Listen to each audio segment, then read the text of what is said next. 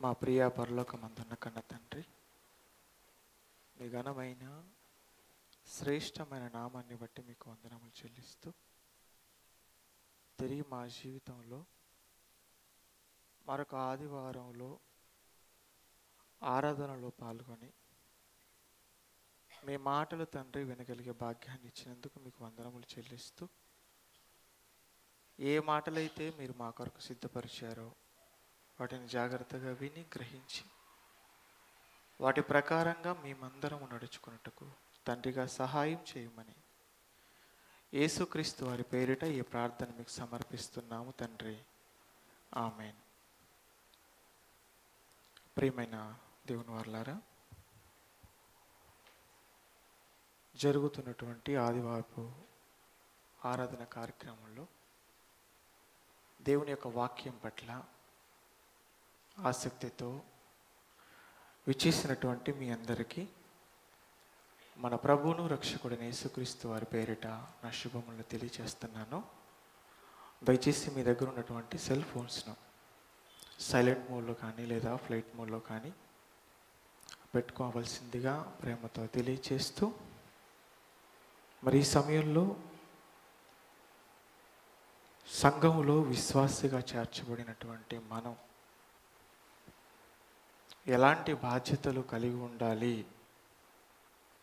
అని కొన్ని విషయాలను జాగ్రత్తగా బైబిల్ నుండి నేర్చుకునే ప్రయత్నం చేద్దాం. ప్రియమైన దేవుని వారలారా, లోకంలో ఎన్నో సంఘాలు ఉండడం మనం చూస్తున్నాం. పొదుపు సంఘాలు అంటారు, ఉద్యోగ సంఘాలు, కార్మిక సంఘాలు, విద్యార్థుల సంఘాలు అని. అలాగే క్రైస్తవులుగా పిలువబడుతున్న మనందరికీ కూడా ఒక సంఘం ఉంది. ఏంట సంఘం? క్రీస్తు సంఘం. వాస్తవానికి క్రీస్తు సంఘం అనగానే క్రైస్తవ్యంలో అనేక మందికి అర్థం కాలేదు అని చెప్పుటలో అతిశయోక్తి ఏమీ లేదు. ఎందుకు ఈ మాట అంటున్నానంటే, క్రీస్తు సంఘం అనగానే కొందరు వారు ఏ డినామినేషన్లో అయితే సభ్యులుగా ఉంటున్నారో ఆ డినామినేషన్ పేరు చెబుతున్నారు. మరికొందరేమో మనుష్యుల చేత కట్టబడినటువంటి భవంతులను చూపిస్తూ సంఘం అంటున్నారు. అసలు సంఘం అనగా ఏంటి అన్నప్పుడు, సంఘం అన్న పదానికి ఇంగ్లీషులో ఏమంటే చర్చ్ అంటారు. ఇక సంఘం అనే పదాన్ని మనం క్రొత్త నిబంధన రాయబడినటువంటి మూల భాష అయిన గ్రీకు భాషలోకి వెళ్ళి మనం చూసినప్పుడు అందులో దీని కొరకు రాయబడినటువంటి మాట ఎక్లేసియన్ అని రాయబడింది. ఎక్లేసియన్. ఇంతకు ఎక్లేసియన్ అంటే అర్థం ఏంటన్నప్పుడు బయటకు పిలువబడిన వారు అని అర్థం. ఎక్ అనగా బయటకు, క్లీసియన్ అనగా పిలువబడిన వారు అని. అంటే ఒక స్థితి నుంచి మరొక స్థితికి పిలువబడిన వారు అని అర్థం. అందుకే బైబిల్లో అపోస్తులుడైనటువంటి పేతురు గారు పత్రిక రాస్తూ మొదటి పత్రిక 2వ అధ్యాయము 9వ వచనంలో ఏం మాట్లాడుతున్నాడు క్రైస్తవులందరి గురించి అని ఒక్కసారి ఆ మాటను మనం ఈ సందర్భంలో చూడగలిగితే, పేతురు రాసినటువంటి మొదటి పత్రిక 2వ అధ్యాయము 9వ వచనం, అయితే మీరు చీకటిలో నుండి ఆశ్చర్యకరమైన తన వెలుగులోనికి మిమ్మును పిలిచిన వాని గుణాతిశయములను ప్రచురము చేయు నిమిత్తము అన్నాడు. ఇక్కడ ఏమంటున్నాడు చూడండి. ఏమండి, మరలా చదువుకుందాం ఒకసారి. ఈ మాట మనకు చాలా అవసరం. ఏమంటున్నాడు మరలా మొదటి నుంచి మనం చదవగలిగితే, మీరు చీకటిలో నుండి ఆశ్చర్యకరమైన తన వెలుగులోనికి అన్నాడు. ఏమండి, మనందరినట ఎక్కడి నుంచి ఎక్కడికి పిలువబడ్డారు, ఎక్కడి నుంచి ఎక్కడికి పిలిచారు అన్నప్పుడు చీకటిలో నుండి ఆశ్చర్యకరమైనటువంటి తన వెలుగులోనికి పిలిచాడు. ఇంతకు పిలిచింది ఎవరు అన్నప్పుడు ప్రభు అయిన యేసుక్రీస్తు వారు. ఏమండి, మనందరికీ బాగా తెలిసిన మాట, మనందరికీ బాగా ఇష్టమైన మాట ఏంటన్నప్పుడు, ఏమండి, సమస్త విధములైన భారం మోసుకుంటున్న జనులారా మీరు నా యొద్దకు రండి అన్నాడు. మీరు అందరూ నా దగ్గరికి రండి, నేను మీకు ఏమి ఇస్తానన్నాడు ప్రభువు? విశ్రాంతినిస్తానన్నాడు. పిలిచింది ఎవరు? ప్రభువే పిలిచాడు. ఆయన మనల్ని చీకటిలో ఉండగా చూసి, అయ్యో మీరందరూ చీకట్లో ఎందుకున్నారు? చీకట్లో కాదు మీరందరూ ఉండవలసింది, ఆశ్చర్యకరమైన వెలుగులో ఉండవలసిన వారు అని వెలుగులోనికి మనల్ని పిలిచాడు. పిలిచినటువంటి ఆయన నిజంగా మనందరి కోసం ఏం చేశాడో తెలుసా? ఏం చేశాడన్నప్పుడు తన ప్రాణాన్ని పెట్టాడు. ఏమండి, తన ప్రాణాన్ని పెట్టాడా? పెట్టాడు. అండి, ఆయన ప్రాణాన్ని మన కొరకు పెట్టాడు అని అపోస్తల కార్యంలో రాయబడినటువంటి ఆ మాటను ఒక్కసారి మనం చూద్దాం. ఏమండి, అపోస్తల కార్యములు 20వ అధ్యాయము 28వ వచనం చూడండి. అపోస్తల కార్యములు 20వ అధ్యాయము 20వ వచనం. దేవుడు తన స్వరక్తమిచ్చి సంపాదించిన తన సంఘమును కాయుటకు పరిశుద్ధాత్మ మిమ్మును దేనియందు అధ్యక్షులుగా ఉంచెనో ఆ యావత్తు మందను గూర్చియు మీ మట్టుకు మిమ్మును గూర్చియు జాగ్రత్తగా ఉండండి అంటున్నాడు. దేవుడట తన స్వరక్తం ఇచ్చి సంపాదించిన అన్నాడు. అంటే దేవుడు అన్న పదానికి కింద పుట్నోట్లో ప్రభు అని పద ప్రయోగం చేయబడింది. చూడండి అక్కడ ప్రభువు. ఎంతకి ఎవరు ఈ ప్రభు అన్నప్పుడు ఆయనే యేసుక్రీస్తు వారు. యేసుక్రీస్తు వారు ఏం చేశారన్నప్పుడు, ఇదిగో సంఘముగా మనందరి నిమిత్తమై తన ప్రాణాన్ని ఫణంగా పెట్టాడు, తన రక్తాన్ని కార్చాడు. నిజంగా అంటే ఆయన రక్తానికి సాదృశ్యం, లేదంటే ఆయన రక్తం పెట్టడాన్ని బట్టి ఏర్పడింది ఏంటన్నప్పుడు సంఘం, పిలవబడిన మనం అందరం. నిజంగా ఆయన రక్తం చేత సంపాదించుకున్నాడు అంటే ఎంత విలువైంది ఉంటుందో మీరు ఒకసారి ఆలోచించండి. ఏమండి, ఈరోజు మనం కూడా మన రక్తాన్ని చెమటగా మార్చి మనం సంపాదించుకున్న వాటి విషయంలో మనం ఎంత గర్వపడుతూ ఉంటాం? అవునా కదా, చెప్పండి. ఏమండి, మనం ఉదయం నుంచి రాత్రి వరకు కష్టపడి పనిచేస్తున్నాం. దేని కొరకు అన్నప్పుడు డబ్బులు సంపాదించడం కొరకు. సంపాదించినటువంటి ఆ డబ్బులతో ఇల్లు కట్టుకుంటాము, కారు కొనుక్కుంటాము, నగలు కొనుక్కుంటాము, విలువైన వస్తువులు సమకూర్చుకుంటాం. అలా సమకూర్చుకున్న వాటిని చూసి మనం ఎంత ఆనందపడిపోతుంటాం. ఎవరైనా ఏమండి మీరు ఇల్లు ఎలా కట్టారండి అన్నప్పుడు మనం చెప్పే మాట ఏంటన్నప్పుడు, ఏమండి ఇల్లు కట్టడానికి నా రక్తాన్ని చెమటగా మార్చి ఒక్కొక్క రూపాయి పోగేసి ఇల్లు కట్టుకున్నానండి అంటాం. అంటే మన రక్తం ధారపోసి ఇల్లు కట్టుకున్నామని గర్వంగా చెబుతాం. కానీ ప్రభు అయిన యేసుక్రీస్తు మాత్రం ఆయన రక్తాన్ని పెట్టి కొన్నదేంటో తెలుసా? సంఘం. అంటే ఎంత గొప్పది ఇది అన్నప్పుడు చాలా గొప్పది ఈ సంఘం. అందుకే ఈ సంఘం యొక్క గొప్పతనాన్ని తెలుసుకున్న వారుగా యేసుక్రీస్తు వారిని వెంబడించి ఆయన శిష్యులుగా ఉన్నటువంటి వారు ఏం చేశారన్నప్పుడు, ఈ సంఘాన్ని కాపాడడం కొరకు, ఈ సంఘాన్ని నిలవబెట్టడం కొరకు వారి రక్తాన్ని కార్చడమే కాదు, వారి జీవితాలనే త్యాగం చేసినట్టుగా మనం చూడగలం. ఇంతకు ఆయన ఏర్పరచుకుంది ఎంతమంది అపోస్తులు అన్నప్పుడు 12 మంది అంటాం మనం. అంతే కదా, ఎంతమంది అపోస్తులు? 12 మంది. ఆ 12 మంది కూడా సంఘం కొరకు ఏం చేశారన్నప్పుడు తమ ప్రాణాలను ఫణంగా పెట్టారు. మీరు అపోస్తుల యొక్క జీవితాలను చూస్తున్నప్పుడు ఎవరి జీవితం కూడా సాధారణంగా వృద్ధాప్యం వరకు వారు గడిపి ముగించినట్టుగా మనకు కనబడదు. అందరూ ఎలా చనిపోయారు? అందరూ హతసాక్షులుగానే చనిపోయారు. దేవుని కొరకు తమ ప్రాణాలను ఫణంగా పెట్టిన వారుగానే మనకు కనబడతారు. ఏమండి, అంటే అపోస్తులు అలాగే చేశారు. ఆ తర్వాత కడమ అపోస్తులుడుగా వచ్చినటువంటి అపోస్తులుడైన పౌలు గారు కూడా తన ప్రాణాన్ని ప్రభువు కొరకే సమర్పించాడు. ఎందుకు వారు తమ ప్రాణాలను ఫణంగా పెట్టారన్నప్పుడు, ఇగో ప్రభు కార్చిన సంఘం, ప్రభు రక్తం కార్చినటువంటి సంఘం యొక్క విలువ వారు అర్థం చేసుకున్నారు కనుక. అంటే ఆయన ప్రాణాన్ని పెట్టి కట్టినటువంటి సంఘం గొప్పది. అలాగే అది అర్థం చేసుకున్నటువంటి వారు అపోస్తలులు తమ ప్రాణాన్ని పెట్టారు సంఘం కొరకు. అంత గొప్పగా ఏర్పడినటువంటి ఈ సంఘం ప్రారంభ శతాబ్దం నుంచి విస్తరిస్తూ వచ్చినట్టుగా మనం చూడగలం. ఏమండి, ప్రారంభం అపోస్తలులతో ప్రారంభమైనటువంటి సంఘం పెంతుకొస్తను పండుగ దినాన్న ఆ పరిశుద్ధాత్మ దేవుడు రావడం, ఆ తర్వాత పేతురు గారు వాక్యాన్ని చెప్పడం జరిగింది.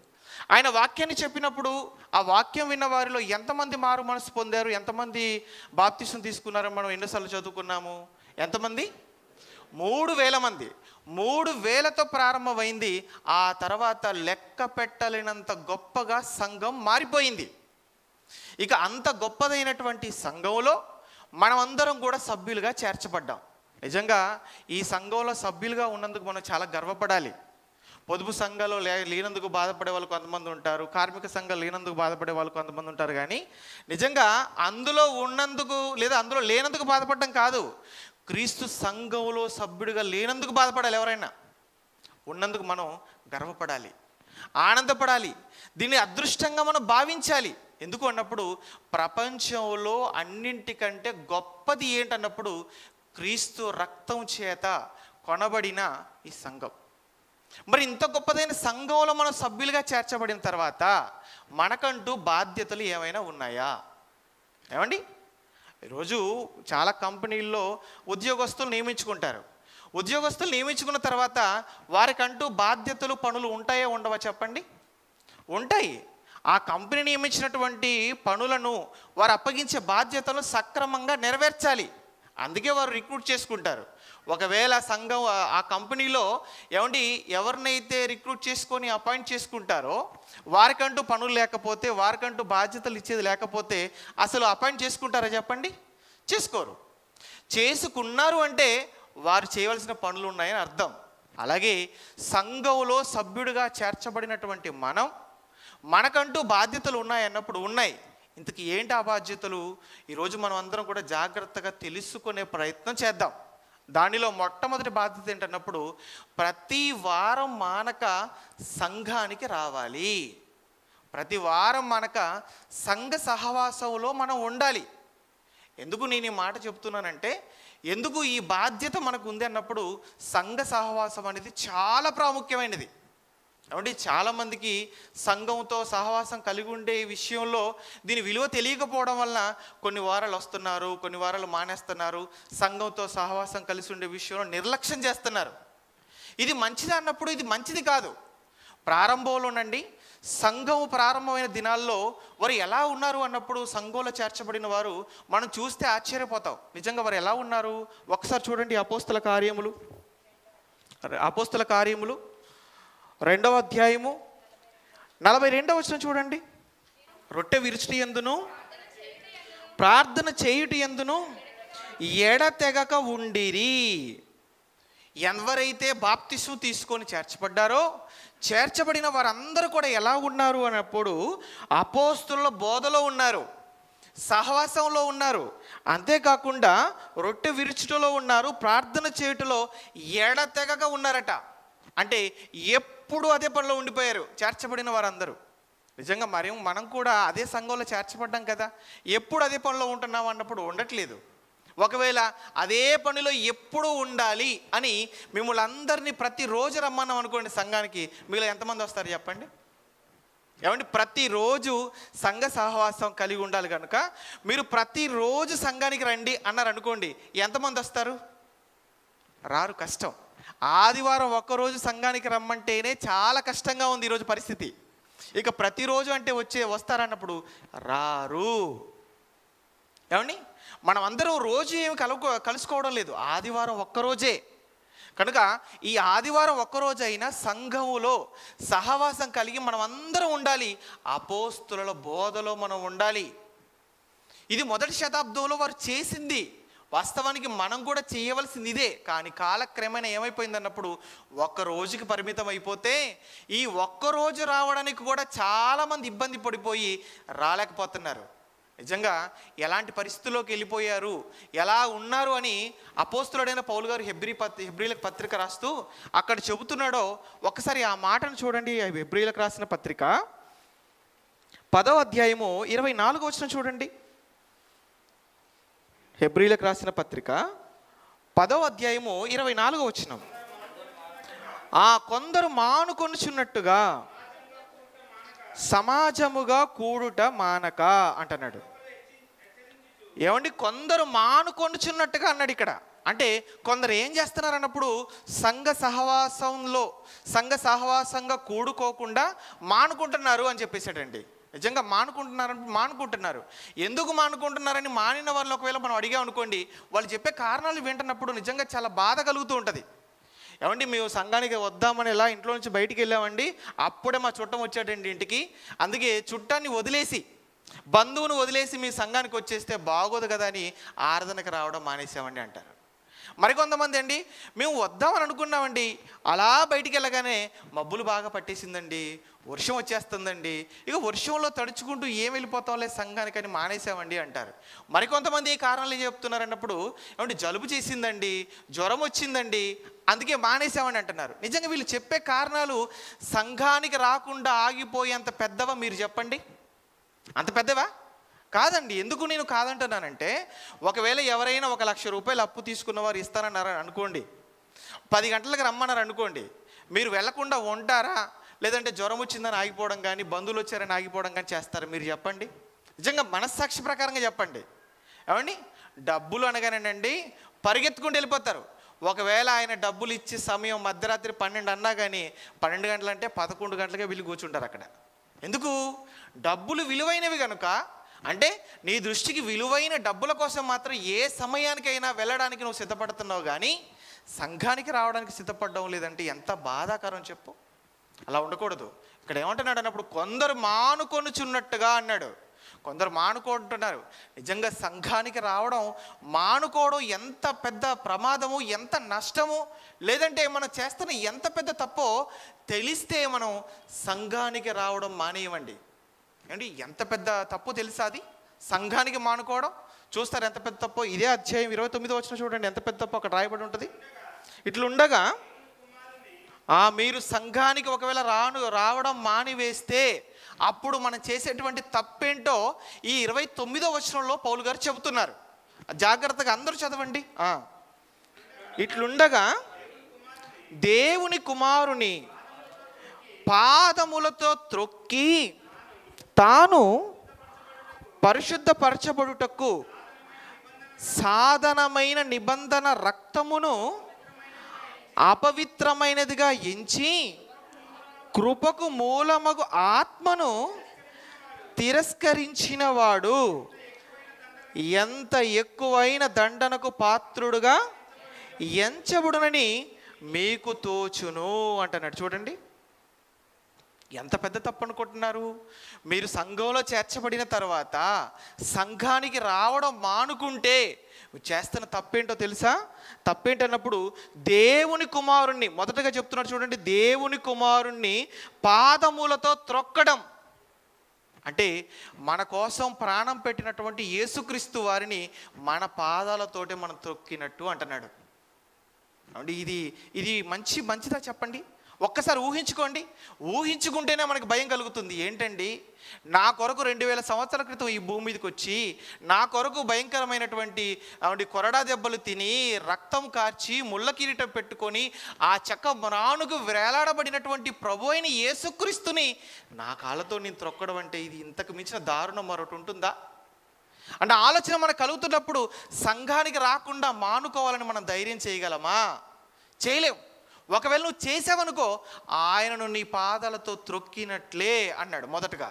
రెండోది ఏం చెప్తున్నాడు చూడండి. రెండోది ఏం చెప్తున్నాడు? తాను పరిశుద్ధపరచుటకు సాధనమైన నిబంధన రక్తమును అపవిత్రమైనదిగా ఎంచడం. ఏమండి, మనం పవిత్రపరచడానికి మన కొరకు ప్రభు కార్చిన రక్తాన్ని అపవిత్రం చేయడం.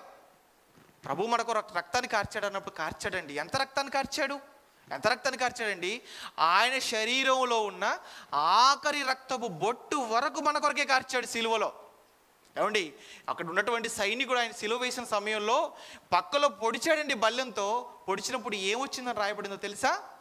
నీరు వచ్చాయట. ఎందుకు నీరు వచ్చింది అన్నప్పుడు ఆయన శరీరంలో ఉన్న రక్తం అంతా అయిపోయింది. అంటే ఆయన శరీరంలో ఉన్నటువంటి ఆఖరి రక్తపు బొట్టు వరకు మనం చేసిన పాపాల కొరకు ఆయన కార్చినప్పుడు నువ్వు సంఘానికి రావడం మానుకుంటున్నావంటే ఆయన ఆ రోజు కార్చిన రక్తాన్ని నువ్వేం చేసినట్టో తెలుసా? అపవిత్రం చేసినట్లు. ఇది రెండోది. మూడోది ఏంటి చూడండి, మూడో విషయం చెప్తున్నాడు అక్కడే. కృపకు మూలమగు ఆత్మను తిరస్కరించిన వాడివైపోతావు. ఏమని కృప అన్నప్పుడు, కృప అండి ఏంటి? కృప మనకి దేవుడిచ్చింది అన్నప్పుడు పరిశుద్ధాత్మ దేవుణ్ణి మనకిచ్చాడు. పరిశుద్ధాత్మ దేవుడు ఎప్పుడైతే మనం బాప్తిసం తీసుకున్నామో అప్పుడు మన దగ్గరకు వచ్చాడు, మనతో పాటే ఉంటున్నాడు. ఆయన ఉంటూ ఏం చేస్తున్నాడు అన్నప్పుడు మనం చేస్తున్నటువంటి తప్పుల విషయాలు ఒప్పిస్తున్నాడు. నువ్వు తప్పు చేయొద్దు, నువ్వు ఇలా ఉండొద్దు, నువ్వు వాక్యం చదువుకోవాలి, వాక్యం వినాలి, నువ్వు ఆరాధనకి వెళ్ళాలి, దేవుని మాటలు నువ్వు స్వీకరించాలి, నీ హృదయంలో భద్రపరచుకోవాలి, వాటి ప్రకారంగా నీ బ్రతుకును కొనసాగించాలని ఎప్పటికప్పుడు మనల్ని ఒప్పించే ప్రయత్నం చేస్తున్నాడు. అలా మనల్ని సత్యంలో నడిపించడానికి ఆయన మూలుగుతున్నాడు. ఆయన అంత గొప్పవాడైనటువంటి పరిశుద్ధాత్మ దేవుణ్ణి మనం ఏం చేసిన వారు అవుతాం అన్నప్పుడు తిరస్కరించిన వారు అవుతాం. ఎంత పెద్ద తప్పు చూడండి. అంటే ఒకవేళ సంఘానికి రావడం నువ్వు మానుకుంటే ఇంత పెద్ద 3 తప్పులు చేసిన వాడుగా నువ్వు మారిపోతావు. కనుక నువ్వు ఎట్టి పరిస్థితుల్లో సంఘంలో సభ్యుడిగా చేర్చబడిన నాటి నుంచి ఖచ్చితంగా సంఘ సహవాసం కలిగి ఉండాలి. సంఘానికి నువ్వు ప్రతి వారం మానక రావాలి. ఇది మొదటి బాధ్యత. ఏమండి, రెండో బాధ్యత చూద్దాం. రెండోది ఏంటి అన్నప్పుడు వాక్యాన్ని జాగ్రత్తగా వినాలి. ఏమండి, వాక్యాన్ని జాగ్రత్తగా వినాలన్నప్పుడు జాగ్రత్తగా వినాలి. సహజంగా అందరికీ ఉన్నటువంటి అలవాటు ఏంటన్నప్పుడు జాగ్రత్తగా తినే అలవాటు ఉంటుంది. అవునా కదా చెప్పండి? ఏమండి, జాగ్రత్తగా తినే అలవాటు ఉంటుందా ఉండదా మీరు చెప్పండి? ఉంటుందండి. తినేటప్పుడు ఎలా తింటారండి? కుదురుగా కూర్చొని చక్కగా ప్లేట్ ముందు పెట్టుకొని ప్లేట్లో నుంచి ఒక అన్నం మెతుకు కింద పడకుండా జాగ్రత్తగా తింటారు. ఎందుకు? అమ్మో అన్నం మిగిలిపోకూడదండి, కింద పడిపోకూడదండి, వృధా అవ్వకూడదండి అని. ఒకవేళ తినేటువంటి ఆ ప్లేట్లో నాన్ వెజ్ ఉందనుకోండి, ఇంకెలా ఉంటుంది చెప్పండి? ఇంకెలా ఉంటుంది అసలు? ఈరోజు ఆదివారం కదా, మీరు అందరూ ఆరాధనకు వచ్చారు కదా, వచ్చే ముందు ఇంటి దగ్గర మీరు అందరూ కూడా భోజనం వండుకొని వచ్చారా, లేకపోతే ఇప్పుడు వెళ్ళి ఆరాధన నుంచి వెళ్ళి ప్రిపేర్ చేసుకోవడమా చెప్పండి? అందరూ ఇంటి దగ్గర మొత్తం రెడీ చేసుకొని ఇక్కడికి వచ్చేస్తారు. ఇంటికి వెళ్ళిన తర్వాత చేసే పని ఏంటంటే మొట్టమొదటగా ఇక్కడికి భద్రంగా తీసుకొచ్చిన బైబిల్ని అలా అలమార్లో పడేసి ముందు చేతులు కడుక్కొని వెళ్ళి కూర్చునేది భోజనం ముందే. కూర్చొని ఇక తినేటప్పుడు ఉంటుందండి, ఆ సమయంలో ఎవరు డిస్టర్బ్ చేయకూడదు. ఎందుకు? జాగ్రత్తగా తినాలి. నేను బాగుంది, నువ్వు తిను, తప్పులేదు, తినడం వద్దని నేను చెప్పడం లేదు. మీరు తినే విషయంలో ఎంత జాగ్రత్తగా ఉంటున్నారో, మీ పనులు చేసుకునే విషయంలో మీరు ఎంత జాగ్రత్తగా ఉంటున్నారో, అంతకు మించి దేవుని యొక్క మాటలు వినేటప్పుడు అంత జాగ్రత్తగా మీరు ఉండాలి. నిజంగానండి, ఈ రోజునటువంటి క్రైస్తవ్యాన్ని చూస్తున్నప్పుడు చాలా బాధ అనిపిస్తుంటుంది. ఎందుకు? వాక్యం వినే విషయంలో జాగ్రత్త కాకుండా మిగతా అన్ని విషయాల్లో జాగ్రత్తగా ఉంటున్నారు. కానీ ఏమండి, ఇశ్రాయేలీలు వారికి ధర్మశాస్త్రం ఉన్నటువంటి కాలంలో ఆ రోజున్నటువంటి శాస్త్రులు వాక్యాన్ని ప్రకటిస్తున్నటువంటి సమయంలో వారు ఎంత జాగ్రత్తగా వాక్యం విన్నారో మనం చూస్తే ఆశ్చర్యపోతాం. మనం నిజంగా చూస్తారా? ఒకసారి చూడండి, నెహెమ్యా గ్రంథం. అందరూ బైబిల్ తెరిచి చూడండి. ఏమండి, ఆ నెహెమ్యా గ్రంథం 8వ అధ్యాయము 3వ వచనం చూడండి.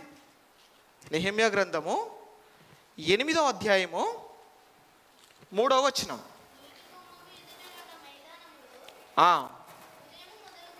ఉదయము మొదలుకొని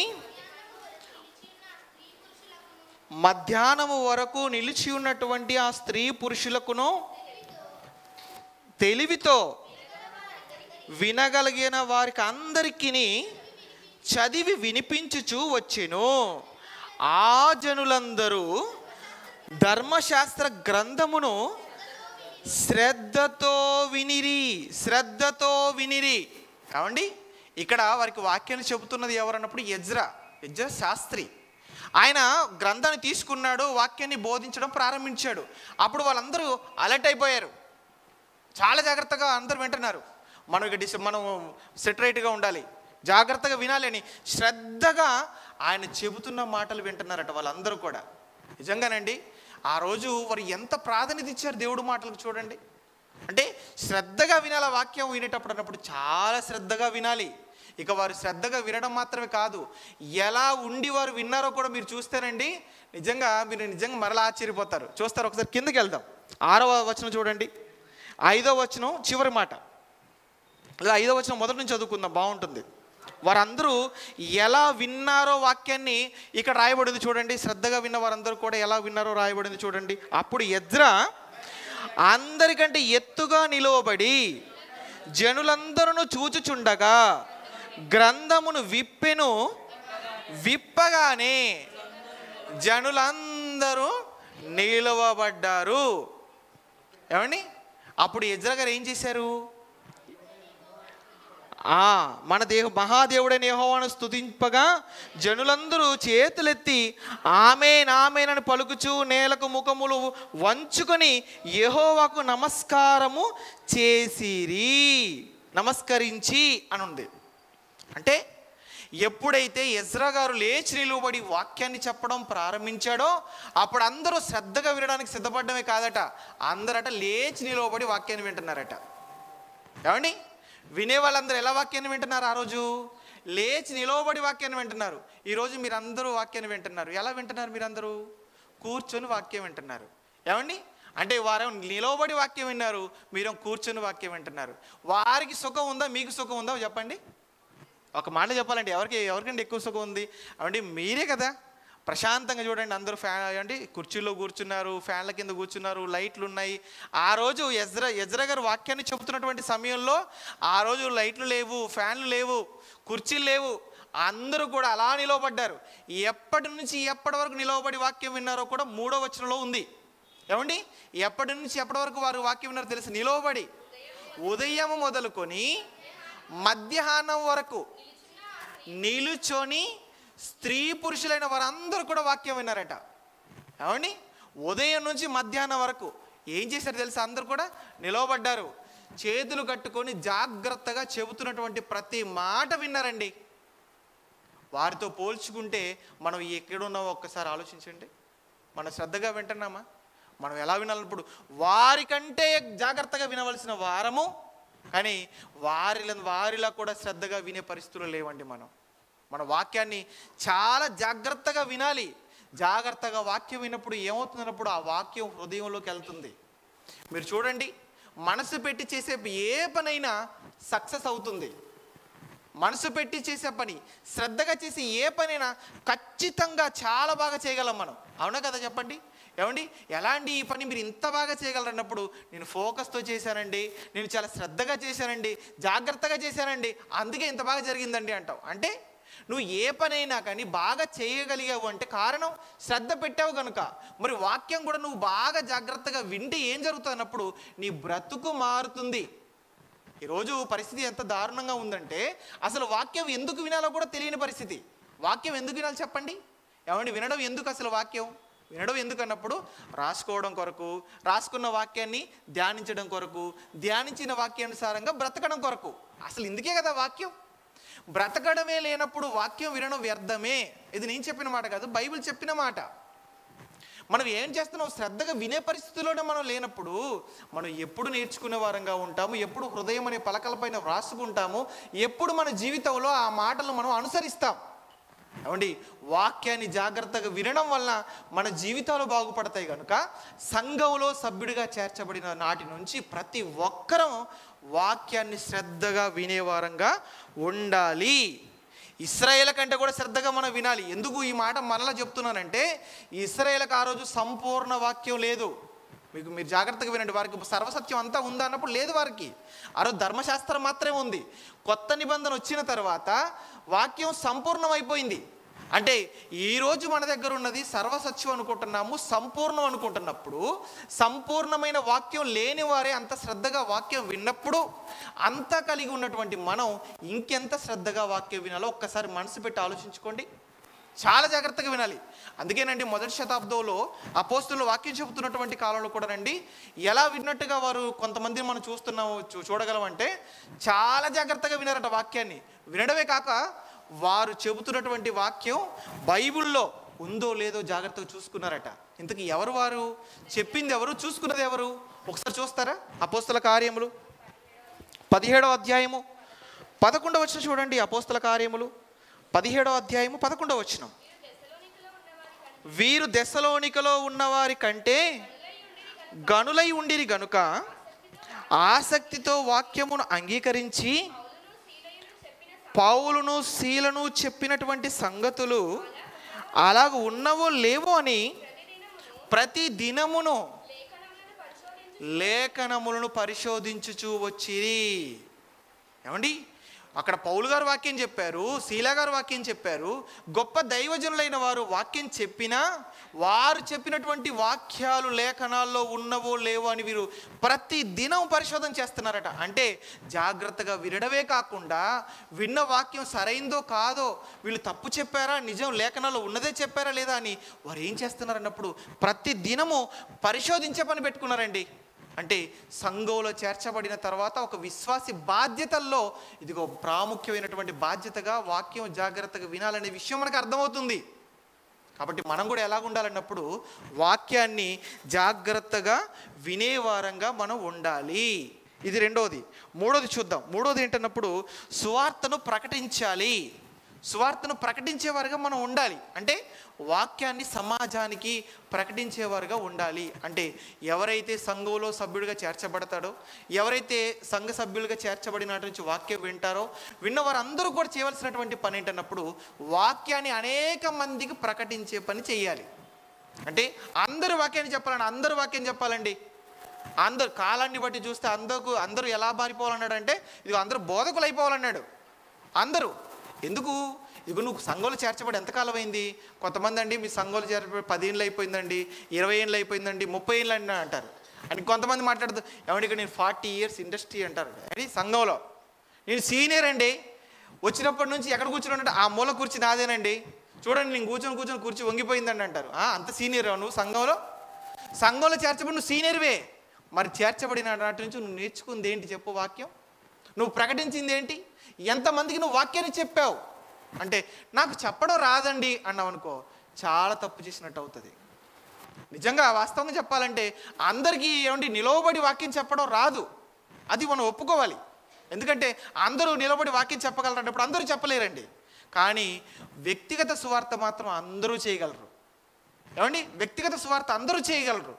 దీనికి మంచి ఉదాహరణ ఎవరన్నప్పుడు ఒక కుటుంబంలోనే అపోస్తులలో చేర్చబడినటువంటి 2 అన్నదమ్ములు మనకు కనబడతారు. ఇంతకీ ఎవరు అన్నదమ్ములు అన్నప్పుడు ఒకరు పేతురు గారు అయితే మరొక ఆయన ఆంద్రయ్య. పేతురు గారు గొప్ప స్పీకర్ అండి. ఎంత గొప్ప స్పీకర్ అన్నప్పుడు ఇందాక మనం అపోస్తల కార్యాలు 2వ అధ్యాయంలో చదువుకున్నాం కదా. అప్పుడు చేసినటువంటి ఆయన మొట్టమొదటి ప్రసంగానికే 3000 మంది మారిపోయారు. 3000 మంది సంఘంలో సభ్యులుగా చేర్చబడ్డాడు. అంటే ఒక్క ప్రసంగంతో 3000 మందిని మార్చగలిగాడంటే ఆయన ఎంత గొప్ప స్పీకరో మనకు అర్థమైపోవాలి. గొప్ప స్పీకర్ ఆయన ఎంత గొప్ప వాక్యం చెప్పాడు అన్నప్పుడు ఆ రోజున్నటువంటి శాస్త్రులు, పరిసయ్యులు కానీ యూదులు కానీ భయం పుట్టేసింది. అమ్మో ఏంటి పేతురు ఈయన ఇంత బాగా వాక్యం చెప్తున్నాడు, ఈయన వాక్యానికి అనేక మంది మారిపోతున్నారు, అనేక మంది క్రీస్తుని వెంబడిచ్చేస్తున్నారు, కనుక పేతురును మనం ఎలాగైనా కట్టడి చేయాలి, పేతుర్ని ఆపేయాలి, సమాజంలోకి వెళ్లకుండా చేయాలని ఒక సందర్భంలో ఆయన పట్టుకొని నిలబెట్టి ఆయన్ని బెదిరించారు. నువ్వు కానీ క్రీస్తును ప్రకటించావా విడిచిపెట్టేది లేదని బెదిరించినప్పుడు పేతురు గారు ఏం చెప్తున్నారు చూడండి ఒకసారి. అపోస్తల కార్యములు 4వ అధ్యాయం 20వ వచనం చూడండి. అపోస్తల కార్యములు 4వ అధ్యాయం 20వ వచనం. అక్కడ ఏమంటున్నాడు ఆయన? మేము కన్నవాటిని మేము విన్నవాటిని చెప్పక ఉండలేమని వారికి ఉత్తరం ఇచ్చిరి. మేము కన్నవాటిని మేము విన్నవాటిని అంటే ప్రత్యక్షంగా మేము చూసిన వాటిని, మేము ప్రత్యక్షంగా విన్న వాటిని సమాజానికి చెప్పకుండా ఉండలేమంటున్నాడు పేతురు గారు. నిజంగా ఎంత మంచి మాట అండి ఆయన అన్నది. ఎలాంటి ఆ మాట అనగలిగాడు అన్నప్పుడు ఆయన వాక్యాన్ని జాగ్రత్తగా విని హృదయంలో నింపేసుకున్నాడు వాక్యాన్ని. ఏమండి, ఎవరైతే జాగ్రత్తగా వాక్యం వింటారో, ఎవరైతే వాక్యాన్ని హృదయంలో నింపుకుంటారో వారు ఇంకొకరికి చెప్పకుండా ఉండలేరండి.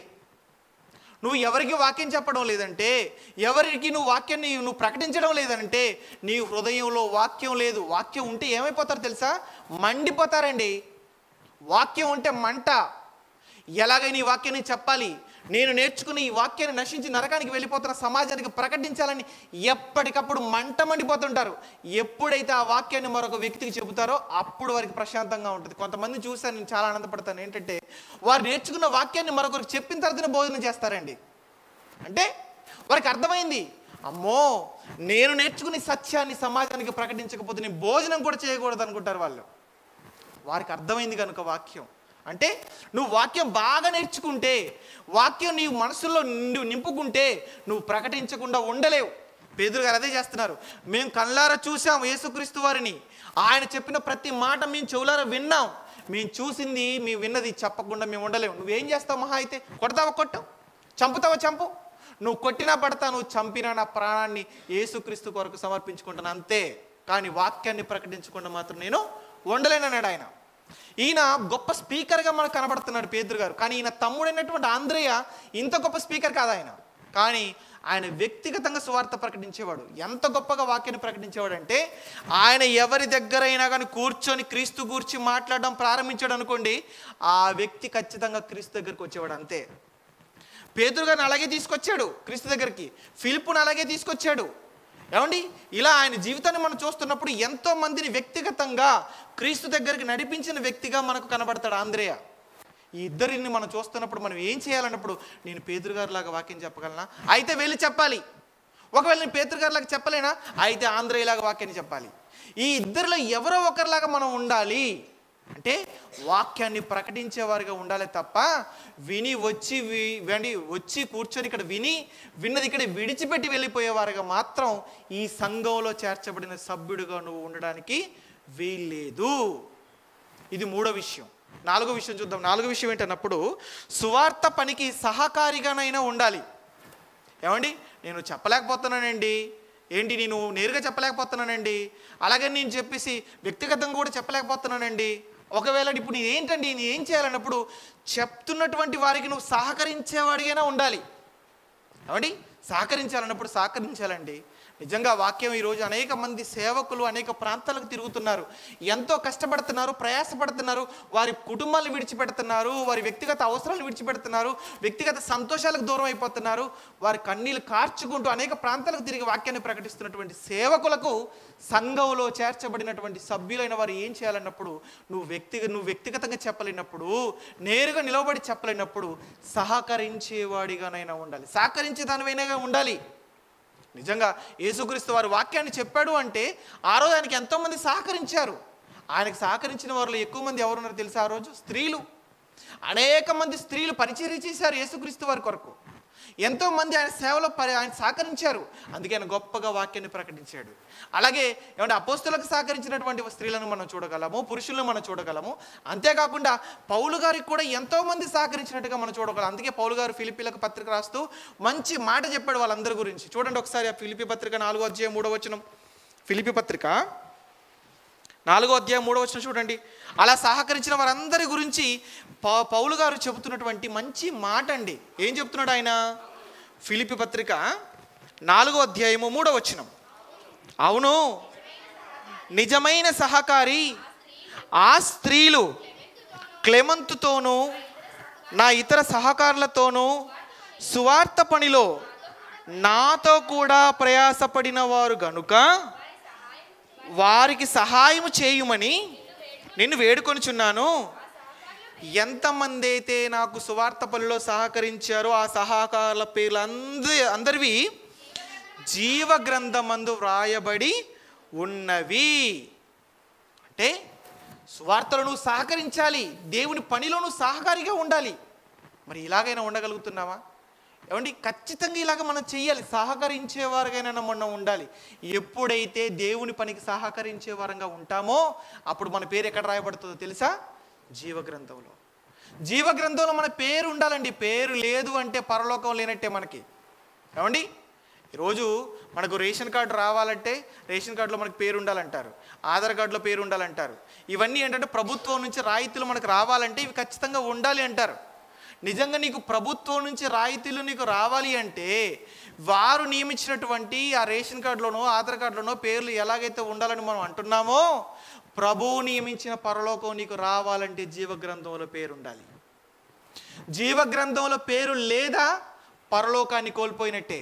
కాబట్టి అక్కడ మన పేరు ఉండాలంటే మనం ఏం చేయాలన్నప్పుడు సువార్త పనికి మనం సహకరించే వారంగా ఉండాలి.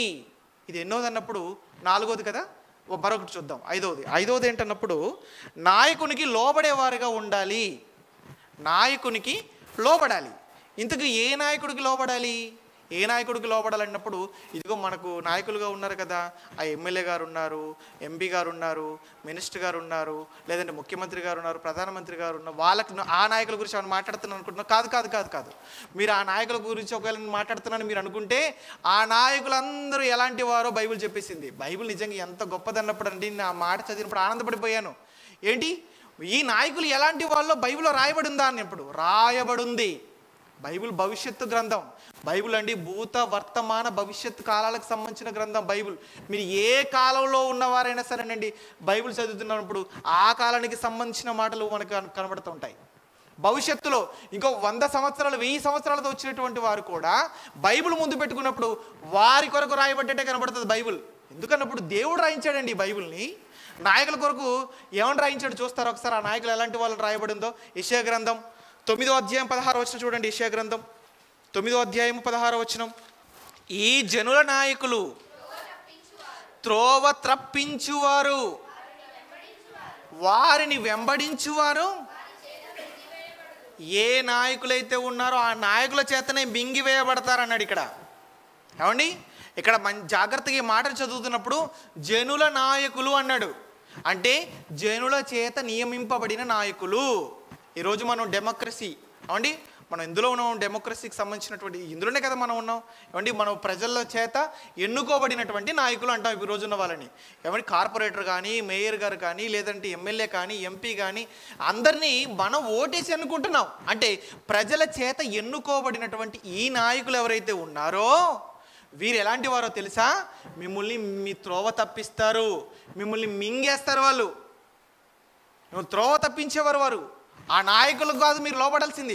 అలాగని ఆ నాయకులకి గౌరవించొద్దు, ఆ నాయకుల మాట మీరు వినొద్దని చెప్పడం లేదు. తిమోతికి పత్రిక రాస్తూ ఏమంటాడు అక్కడ? నాయకుల కోసం ఏం చేయమన్నాడు దేవుడు? ప్రార్థన చేయమన్నాడు. అంటే నాయకుల కొరకు ప్రార్థన చేయండి. ఎందుకు ప్రార్థన చేయాలి నాయకుల కొరకు అన్నప్పుడు? పరిపాలించేటువంటి అవకాశాన్ని వారికి దేవుడే ఇచ్చాడు కనుక. అధికారాలను ఎవరిస్తున్నారు అన్నప్పుడు దేవుడే ఇస్తున్నాడు కదా అధికారాల్ని. ఏమండి అధికారాలు దేవుడు ఇస్తున్నాడు కనుక అధికారులుగా ఉన్నటువంటి వారి కొరకు నువ్వు ప్రార్థన చేయి. నాయకుల కొరకు ప్రార్థన చేయి. ఏమని ప్రార్థన చేయాలి? న్యాయంగా పరిపాలన చేయనట్లు మంచి జ్ఞానాన్ని వారికి అనుగ్రహించు దేవా అని వారి కొరకు ప్రార్థన చేయండి. నాయకుల కొరకు ప్రార్థన చేయాలి. మరి ఏ నాయకుడికి మనం లోబడాలి? సంఘంలో సభ్యులుగా చేర్చబడినటువంటి మనం అన్నప్పుడు మన కొరకు ఒక నాయకుడిని దేవుడు పెట్టాడు. ఎవరా నాయకుడు తెలుసా? ఎవరా నాయకుడు చూస్తారు ఒకసారి. హెబ్రీ పత్రిక 13వ అధ్యాయము 17వ వచనం చూడండి. హెబ్రీ పత్రిక 13వ అధ్యాయము 17వ వచనం. మీ పైన నాయకులుగా ఉన్నవారు లెక్క ఒప్ప చెప్పవలసిన వారి వలె మీ ఆత్మల్ని కాయిచున్నారు. వారు దుఃఖముతో ఆ పని చేసిన ఎడల మీకు నిష్ప్రయోజనము గనుక దుఃఖముతో కాక ఆనందముతో చేయనట్లు వారి మాట విని వారికి లోబడి ఉండండి అన్నాడు. మీ ఆత్మల్ని ఎవరైతే కాస్తున్నారో ఆ నాయకుడికి మీరు లోబడాలి. ఇంతకు ఆత్మలు కాసే నాయకుడు ఎవరు? కాపరి. ఆత్మలు కాసే నాయకుడు ఎవరండి? కాపరి, సంఘ కాపరి. ఆయన్ని బైబిల్ ఏం చెప్పింది అన్నప్పుడు నాయకుడు అని చెప్పింది. అలాగని నాయకుడు అని బైబిల్ చెప్పింది కదా అని చెప్పి లోకంలో ఉన్న నాయకుల్లాగా అధికారాలు చూపిస్తారంటే కుదరదు. అది ఏ నాయకుడైనా. నాయకుడు ఎలా ఉండాలో తెలుసా? మందకు మాదిరిగా ఉండాలి. నాయకుడు ఎలా ఉండాలి? మందకు మాదిరి. ఏమండి ఎలాంటి మాదిరి చూపించాలి? ఏమండి మాటల్లో కానీ, అందరితో ప్రేమ పలకరించే విషయంలో కానీ, అందరితో కలిసిపోయే విషయంలో కానీ, నిజంగా సంఘం విషయంలోనండి ఆలోచించడంలో మా నాయకుడితో ఇంకా మరొకరిని మనం పోల్చడానికి లేదండి. చాలా మంచివాడండి, మేము నిజంగా మా నాయకుడిలాగా, మా కాపర్లాగా మేము బ్రతికిన చాలండి, పరలోకం వెళ్ళిపోతామండి అనే మాదిరి సంఘానికి చూపించేవాడిగా నాయకుడు ఉన్నప్పుడు ఆ నాయకుడి విషయంలో మీరు ఏం చేయాలో తెలుసా?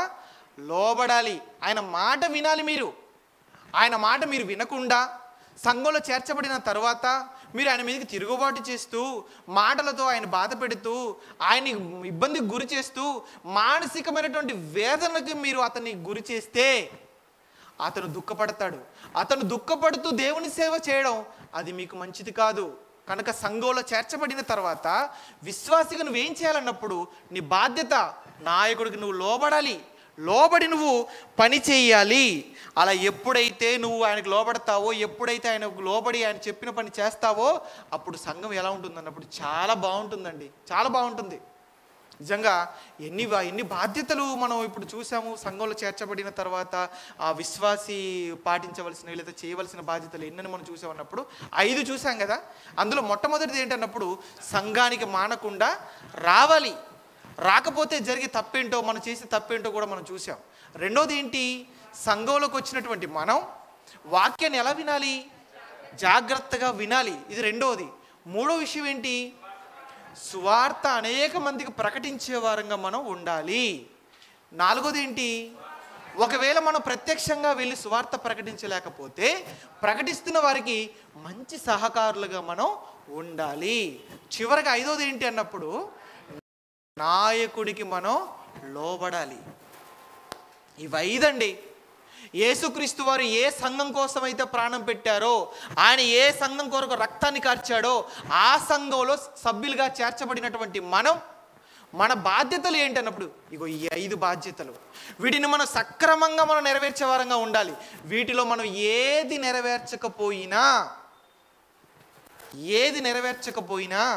ఏమండి, దేవుడి చేత ఈ సంఘంలో సభ్యులుగా మనం అనుకుంటామే తప్ప సభ్యులుగా ఎంచబడే అవకాశమే ఉండదు.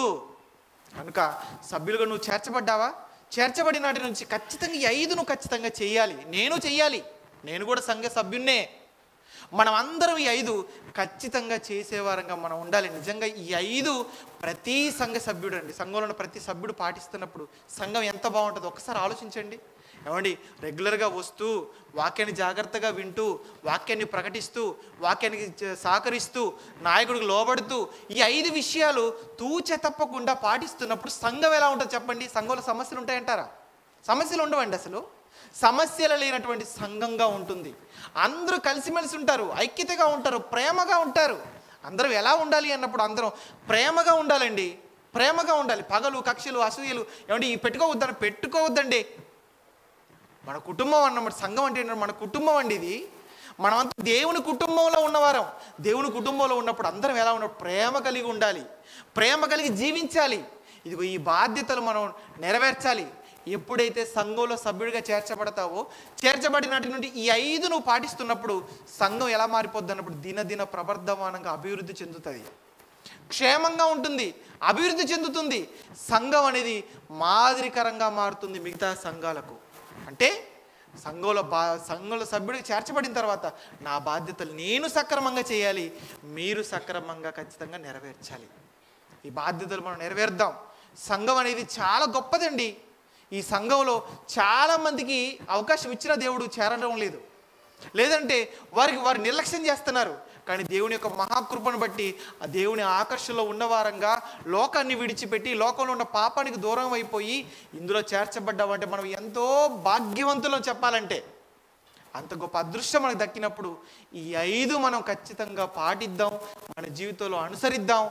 సంఘంగా మనం అందరం కూడా ఐక్యంగా ఉంటూ అనేక సంఘాలకు మనం మాదిరికరంగా జీవిద్దాం.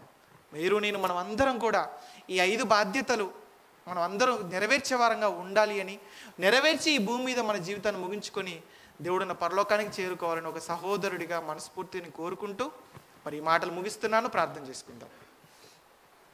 ప్రేమ కలిగిన తండ్రి, దయగలిగిన దేవా, కొద్ది నిమిషాలు తండ్రి గొప్పదైనటువంటి సంఘంలో సభ్యులుగా చేర్చబడినటువంటి మేమందరం కూడా ఎలాంటి బాధ్యతలు కలిగి ఉన్నామో వాటిని తూచ తప్పకుండా మేము నెరవేర్చే వారంగా ఉండాలి అని మీ పిల్లలకు మీ వాక్యం చేత జ్ఞాపకం చేశాను. మీ మాటలు తండ్రి మీ పిల్లలు జాగ్రత్తగా విన్నారు. మీ పిల్లలు తండ్రి విన్న వాటిని విడిచిపెట్టే వారుగా ఉండక విన్న ప్రతి మాటను నాయన వారి జీవితంలో అనుసరించి ఈ భూమి మీద బ్రతుకుల ద్వారా మహిమపరచి మీరున్న పరలోకానికి చేరుకున్న భాగ్యమును నాయన అనుగ్రహించమని వేడుకుంటూ మరి ఈ సంఘానికి తండ్రి మీరు నాయకుడిగా నియమించినటువంటి ఉపేంద్ర అనే కొరకు ప్రార్థన చేస్తున్నాను. జ్ఞాపకం చేసుకోండి. మీ కుమారుడు తండ్రి రాత్రనక పగలనక కుటుంబాన్ని విడిచిపెట్టి లోక సంబంధమైనటువంటి సంతోషాలను ఆశించకుండా అన్నిటిని ప్రక్కకు పెట్టి తండ్రి తన జీవిత ధ్యేయం అనేక మందికి మీ సువార్తను ప్రకటించాలని దానిని మాత్రమే తండ్రి ముందుకు పెట్టుకొని ఎన్నో ప్రాంతాలకు తిరుగుతున్నారు. ఎంతో వాక్యాన్ని తండ్రి అనేక మందికి ప్రకటిస్తున్నారు. అందులో భాగంగా తండ్రి ఈ దేశంలో ఉన్నటువంటి రాష్ట్రాల్లో, జిల్లాల్లో మాత్రమే కాకుండా విదేశాల్లో కూడా వెళ్ళి ఎంతోమందికి మీ వాక్యం చేత, మీ వాక్యాన్ని చెప్పి వాళ్ళని బలపరుస్తున్నారు. అందులో భాగంగా ఖత్తర్ దేశానికి నాయన మీ కుమారుడు వెళ్ళాడు అనడం కంటే క్షేమంగా మీరు తీసుకుని వెళ్ళారు. మీ కుమారుని క్షేమంగా అక్కడికి తీసుకుని వెళ్ళారు. అక్కడ ఉన్నటువంటి మీ పిల్లలకు నాయన మీ కుమారుడి ద్వారా మంచి విషయాలు నేర్పించండి. అలాగే అక్కడ తన పనిని తండ్రి ముగించుకొని తిరిగి నాయన క్షేమంగా మా మధ్యకు తీసుకుని రండి. మీ కుమారుడికి నాయన ప్రయాణంలో తోడుగా ఉండండి. మంచి ఆయుష్ని ఇవ్వండి, ఆరోగ్యాన్ని ఇవ్వండి. భవిష్యత్తులో ఇంకా గొప్ప పరిచర్యని వారి ద్వారా జరిగించుకోమని వేడుకుంటూ ఈ సంఘంలో సభ్యులుగా చేర్చబడిన మేమందరం కూడా తండ్రి మీరు మాకు తెలియజేసినటువంటి బాధ్యతలను నాయన తూచే తప్పకుండా పాటిస్తూ మిమ్మల్ని బాధ పెట్టకుండా మా ద్వారా నాయన ఎల్లప్పుడూ మీరు సంతోషపడే విధంగా మేమందరం నడుచుకున్నట్టుకు తండ్రిగా సహాయం చేయమని అర్థిస్తూ మీ పిల్లలందరినీ మీ పాదాల చెంత పెడుతూ ఈ ప్రార్థన మా రక్షకుడు మీ ప్రియకుమారుడైన యేసుక్రీస్తు వారి పేరిట మీకు సమర్పిస్తున్నాం తండ్రి. ఆమేన్. అందరికీ వందనాలు.